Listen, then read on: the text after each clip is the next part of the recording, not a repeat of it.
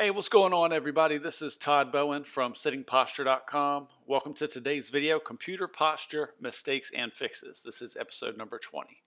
Taking a look right here at the featured photo for today's episode, it's kind of hard to tell in his ergonomic setup. He's obviously got some shoulder pain going on here, and you can tell by the way his laptop is turned that he probably doesn't sit symmetrically with that laptop, which is very important. That might be why he has pain on one side and no pain on the other. What happens when we turn to use our laptop, turn our bodies, even the slightest bit, is we tense up muscles on one side of our body, and those same muscles on the other side are being overextended. So I try to sit as symmetrical as possible when I'm using a computer or a laptop. And you also notice that he doesn't have any extended monitor here.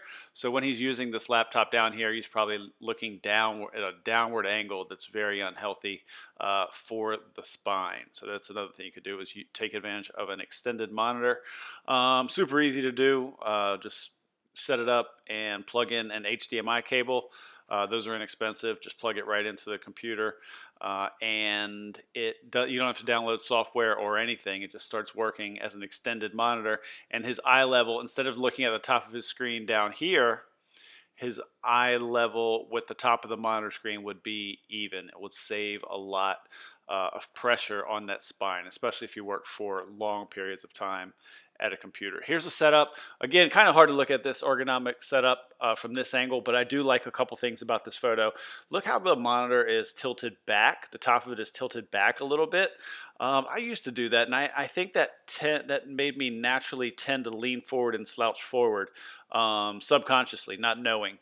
So what I would do is I would angle this top of this monitor screen forward a little bit. She's got some great height here. It's at the top of her screen's at eye level, so that's awesome. But I would angle that thing forward a little bit so it's almost perpendicular to the floor. Maybe tilted back just a little bit, but almost more closer to perpendicular to the floor. What I do like about this picture a lot is she's got the flat, slim, low-profile keyboard, and that is a great tool to reduce the pain in the wrist, also known as carpal tunnel syndrome. I had that from using a big, bulky plastic keyboard, and I had to engage my wrists to lift my fingers onto the keys, and that would keep my wrists engaged all day long, all week long, 40 hours a week. So that's what caused the wrist pain for me, was engaging my wrist to lift my fingers onto the keyboard. With a keyboard like this, I switched over to one very similar to this, and my wrist pain went away in just a matter of days. It was pretty eye-opening. This is no paid promotion for any products in this video. I'm not paid by any manufacturer or product seller. These are just products that have helped me increase my quality of life and improve my computer posture.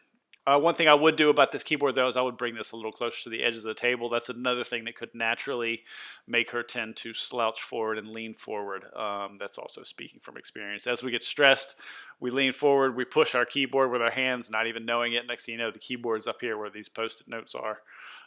So yeah, that's what I would do.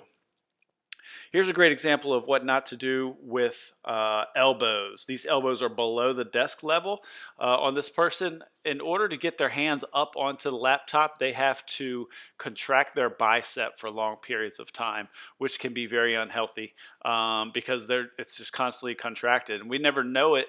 We never notice it because it's such a slight contraction, but eventually it's going to get tighter and shorter, and it's going to pull on these shoulder tendons up here, and those will get inflamed, and those will be painful. So that's where we're going to notice the pain first. So it's really not a shoulder problem, it's a bicep problem, or even an elbow problem. If this person raised their chair just a little bit, this elbow would be higher, the forearm would be parallel to the floor, and it would be slightly above the keyboard, slightly above the desk level, and even with the keyboard and the mouse. So here's another great example of the elbow below the desk level. This one is way below the desk level, and he's also got that monitor tilted backwards. I would take the top of this monitor, lead it forward a little bit. That might allow him to sit back a little bit more naturally. This wooden chair here, I'm not sure how comfortable that is. I would definitely get a more comfortable chair. Raise it up so his elbows would raise up above the desk level, and his forearms are parallel to the floor or slightly at a downward angle. My personal preference is I like my elbow to be a little bit higher than the keyboard and the mouse, so my forearms can be downward at a slightly downward angle towards my wrist. That's just more comfortable for me. It's less pressure and less strain on my biceps. a little bit more strain on my triceps to extend those, but that's okay. Whatever's comfortable, as long as your elbow is not below the desk. If it's even with the desk level or a little higher than the desk level, that's what I'm looking for. He's got the slim low profile keyboard and mouse. Those are awesome. I would pull this a little bit closer, and again, like I said, lean the monitor back, the top of it back towards him just a little bit, and that may naturally allow him to sit back at his desk and not slouch forward like that. Let's see over here. So this photo right here has got some incorrect things going on, but let's skip that because this has more incorrect things going on. Let's look at the center photo. Elbow below the desk level. If you look over here to the photo on the right, elbow above desk level, even with the keyboard and mouse, the parallel forearms to the floor, forearms parallel to the floor. You'll see how this foot is pulled underneath the body, which I don't like. I used to do that all the time. That takes contraction from the hamstring and overuse from the hamstring, which leads to knee dysfunction, ankle dysfunction, and a lot of muscle confusion throughout the legs. Speaking from experience there, I've had 3 ankle surgeries in the recent years. And I think a lot of it was caused by this, by contracting my hamstrings and pulling my feet under the floor. His feet are kind of balanced on the floor, even though they're pulled under his body. My feet were way under, and I was resting on my toes, and my heels were up in the air. So a good rule of thumb, regardless if you're standing at a computer workstation or sitting at a computer workstation, make sure your feet are always flat on the floor. Or look at the picture on the right. If you have to raise your chair too high so that your feet can't rest flat on the floor due to the elbow height and the desk level, then rest your feet flat on a footrest, like this one right here. And this one, here's the monitor tilted way back on the center photo. Look at the photo on the right. He tilted a little bit more towards him, not exactly perpendicular to the floor, but the main thing here is the eye level is at the top of the monitor screen, like it is not in the incorrect picture in the middle. Moving on to the next picture, and again, I want to repeat that I am not, this is not paid promotion. I don't work for any companies and they don't compensate me in any way, but I think these are great photos to look at. This desk right here, this person is looking down at their laptop. If this is their permanent setup, what I would definitely do is I would take this shelf right here, raise it up, and put an extended monitor on it. And then I would take this bottom shelf here, raise it up, and put this laptop there. And I would plug her laptop via an HDMI cable into the extended monitor up here.